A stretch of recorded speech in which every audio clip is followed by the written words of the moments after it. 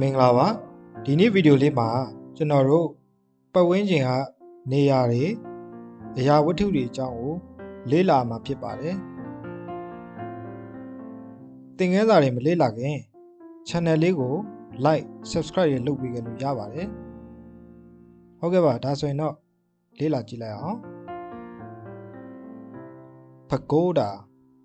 pagodaဖယားschool ကျောင်း library စာကြည့်တိုင်း park ပန်းခြံ zoo တိရစ္ဆာန်ရုံ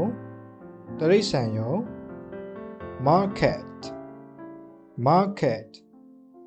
ဈေး supermarket ကုန်တိုက် train station ဘူတာရုံ airport လေဆိပ် port ဆိပ်ကမ်း jetty သင်္ဘောဆိပ်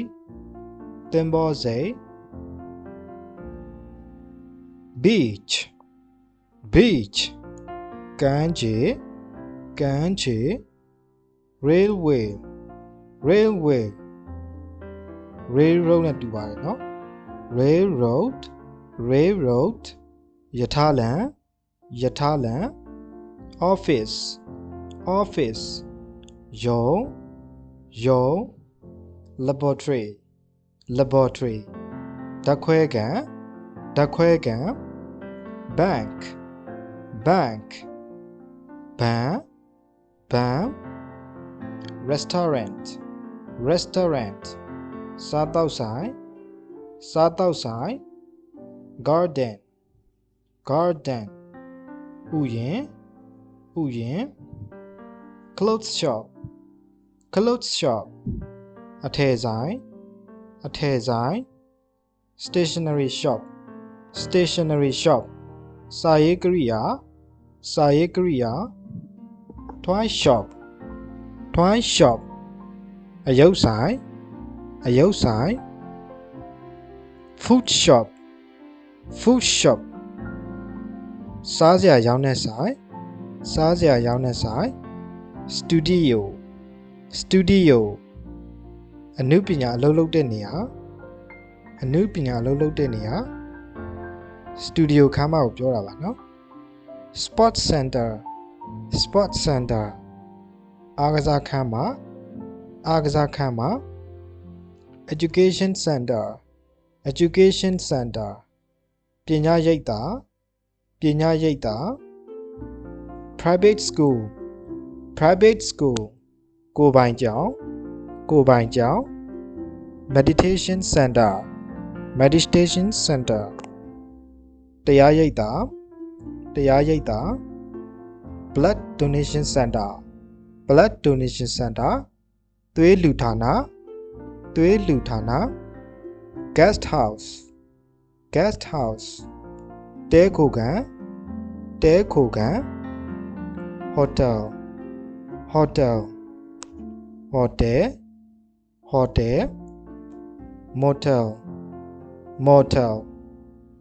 မိုတယ် hotel နဲ့ motel ကပိုကြီးပါတယ်နော်ဒါတော့အကုန်လုံးတည်ပြီးသားဖြစ်မှာပါ inn အသေးစားဟိုတယ် hostel အဆောင်ဘော်ဒါဆောင် lodge တဲခိုရန်အိမ်ငယ် resort အပန်းဖြေရာနေရာ bar bar ဆိုတာအတူတူပါပဲเนาะ bar တို့ဒီအရက် bar တို့ပြောတာပါ bar pub pub အရက်ဆိုင် beer station beer station ဘီယာဆိုင် barbecueအသားကင်ဆိုင် bakery မုတ်တိုင် tea shop လက်ဖက်ရည်ဆိုင် cinema ရုပ်ရှင်ရုံ theater ကားဇက်ရုံ convenience store အချိန်မရွေးဝယ်ယူနိုင်သောကုန်စုံဆိုင် convention center ညီလာခန်းမှာ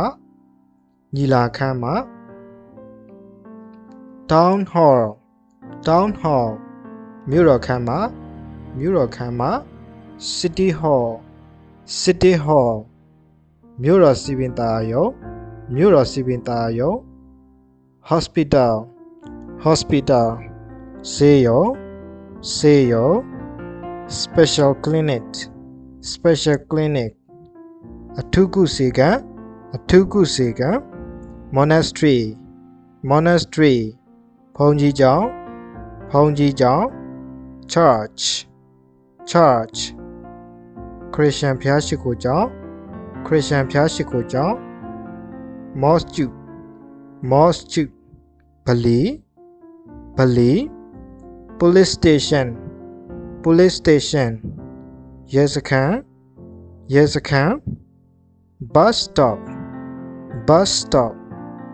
ကားမှတ်တိုင်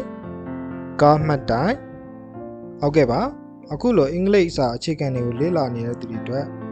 ဗီဒီယိုလေးတွေဆက်လက်တင်ပြသွားမှာမလို့စောင့်ကြည့်ပြီးတော့လေ့လာနိုင်ပါတယ်ခင်ဗျာ